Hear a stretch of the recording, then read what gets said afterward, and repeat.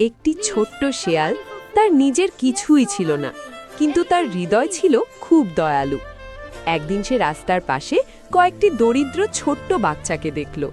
তারা ক্ষুধার্ত, তাদের গায়ে ভালো কাপড়ও নেই, আর তারা একটি ভাঙা ছোট্ট ঘরের সামনে দাঁড়িয়ে কাঁদছিল।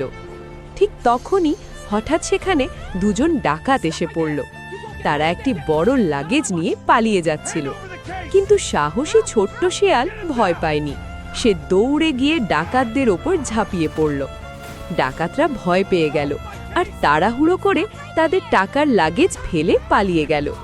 কিছুক্ষণ পর সেই টাকার মালিক, একজন ধনী মানুষ, সেখানে এসে পৌঁছালো।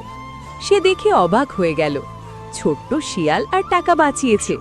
কৃতজ্ঞ হয়ে সেই ধনী মানুষ শেয়ালকে কিছু টাকা উপহার দিল। কিন্তু শেয়াল নিজের জন্য কিছুই কিনল না। সে বাজারে গেল, বাচ্চাদের জন্য নতুন কাপড় কিনল আর অনেক খাবার কিনল।